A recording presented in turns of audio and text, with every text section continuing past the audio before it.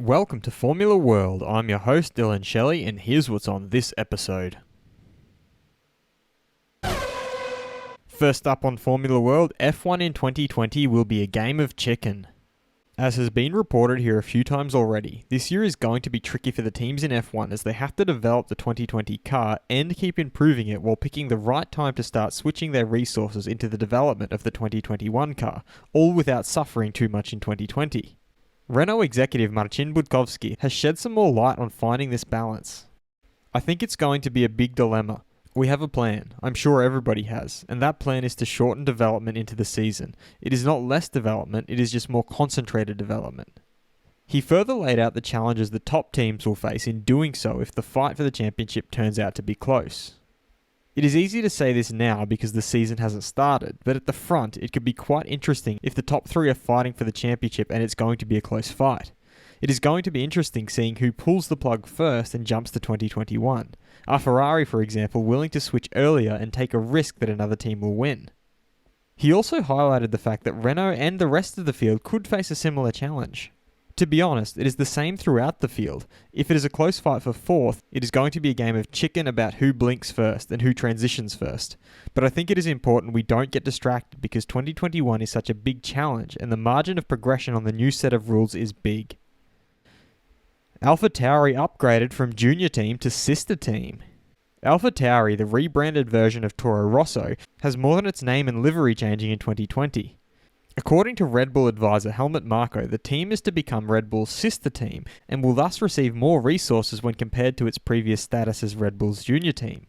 Marko revealed this by saying, "With this name change and all this publicity and the funds going into promotion, the demand for resources has clearly increased. There is a transformation and an upgrading from junior to sister team.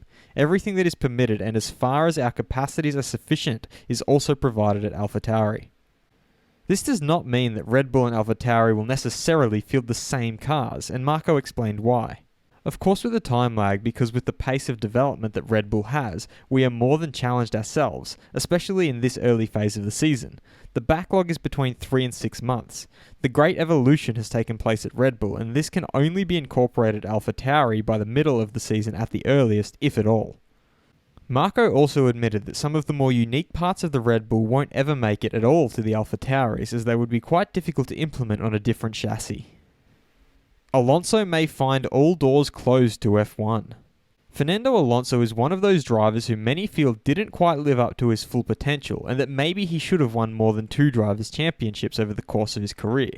He left Formula 1 after enduring the doomed McLaren-Honda partnership, but rumours have started swirling recently that he could return to the grid again in 2021, as the massive overhaul of regulations are going to bring about a lot of change.